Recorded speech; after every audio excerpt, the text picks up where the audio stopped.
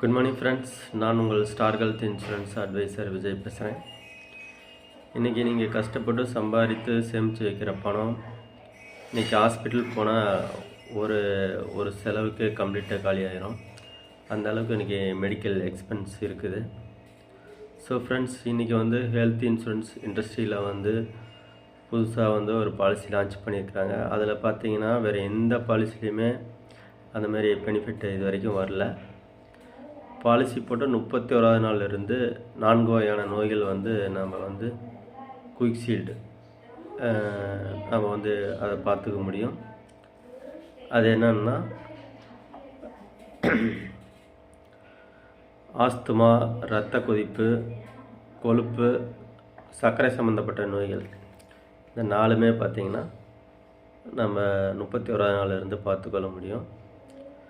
friends,